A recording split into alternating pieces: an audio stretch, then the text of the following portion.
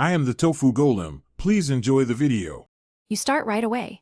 Open Zarchiver and grant storage access so the app can read and write. Next, locate the files you want.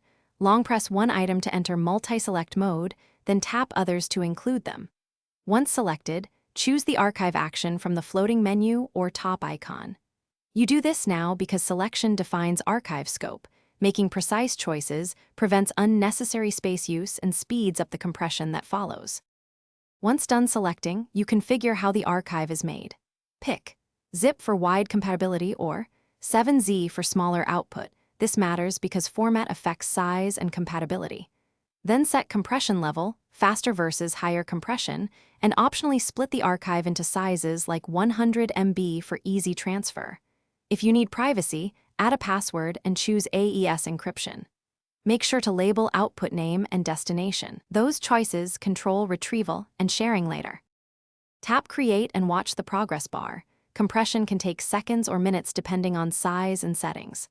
Once finished, confirm the archive by opening it in Zarchiver or extracting to a temporary folder to ensure integrity. If extraction succeeds, you're done. Move or share the archive as needed.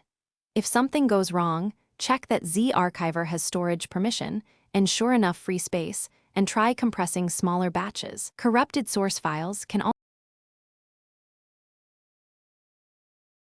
Thanks for watching. Consider subscribing if we helped you today.